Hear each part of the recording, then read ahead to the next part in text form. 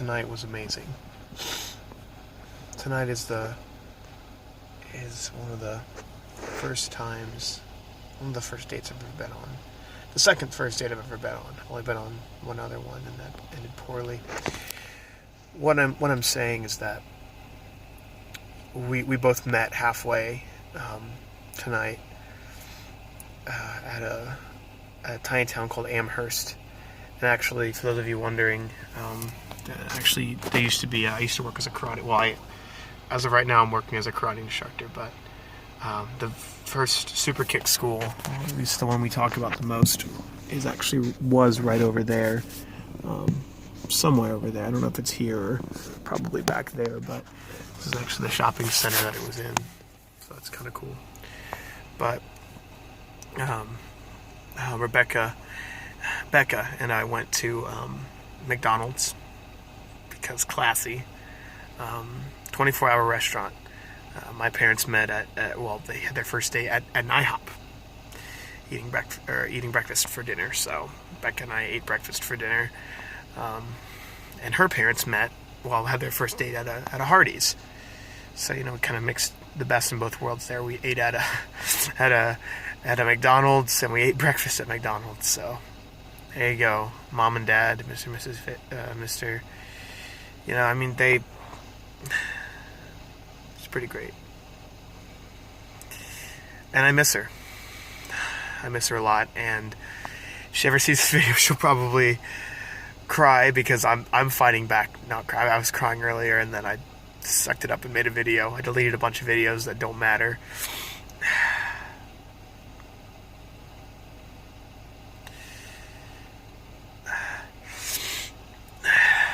When you find that person, when you find her, or if you're a girl, when you find him,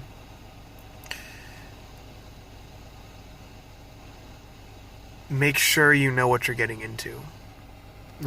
Rebecca and I both know what we're getting into. We both know how crazy each other's families are. We both know how crazy we are. And we're willing to work through that. We're both willing to unconditionally love the other one. I've already told her this, and she knows that I love her, and she told me that she loves me. But any relationship, whether it's your high school or middle school boyfriend or girlfriend or your college sweetheart, whoever it is,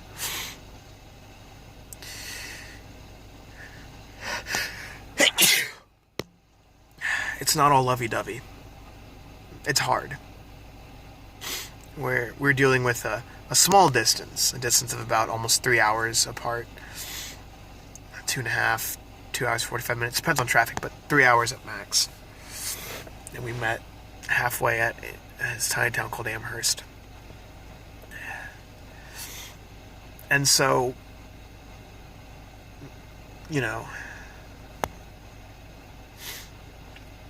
but it's hard. I've got work in the morning. She has work in the afternoon, but she has to go pick up her sister. So we both had a very limited amount of time to spend together tonight. We met at around 9:30, and we left around 11:30, so we spent about 2 hours together. 2 great hours.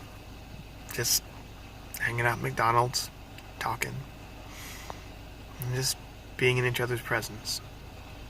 Nothing beats it. Being with the person you love.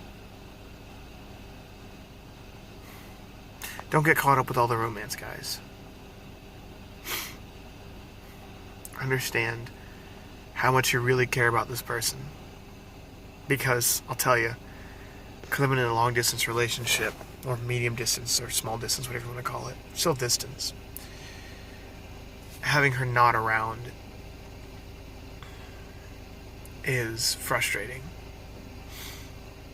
I can't hug her when she's sad. I can't grab her hand when she needs comfort. I can't do those things. And then when we part, there's some point where both of us have to let go.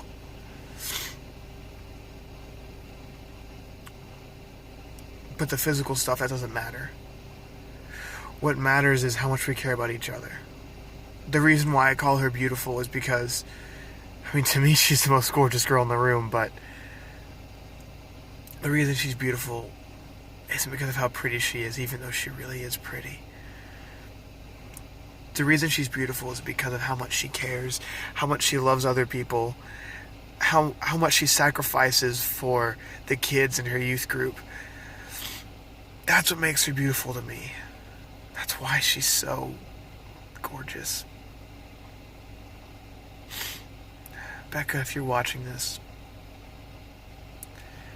I can't promise you forever. I don't know what the future, I don't know. I mean, I may not be on this earth when I finish this video. I mean, someone could come out and rob me, or I get in an accident on the way home.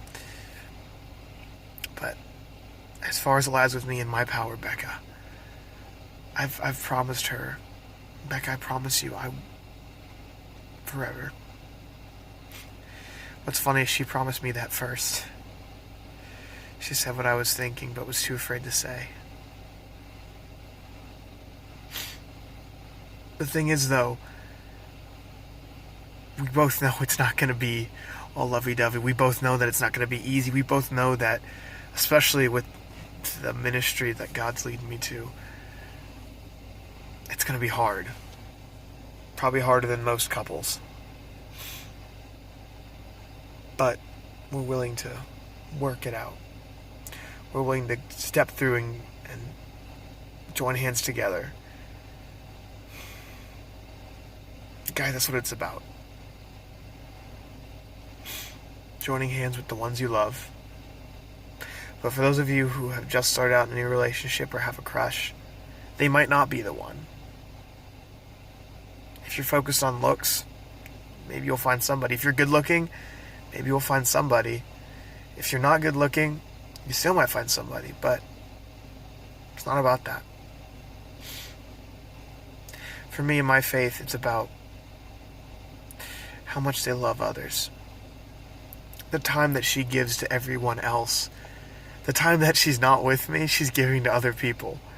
Even times that maybe I want to talk to her, she's still giving it to other people. And in case you couldn't tell, that makes me really happy. So guys, find that person. Find that person that loves everybody, including God, more than you do.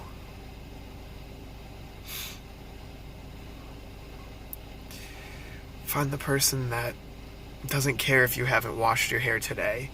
Find the person that doesn't care if your deodorant probably has worn off. Find the person that doesn't care if your breath probably stinks from eating a sausage biscuit. Find that person. Don't settle. I had a list and Becca filled every one of those check marks. Even when I thought, oh, there's no one like that. There's no one who can compare to that list. That list is shallow, and I'm just never going to find anyone that way. And boy, did God prove me wrong with Becca. Find them. They're out there. I promise. Talk to you soon.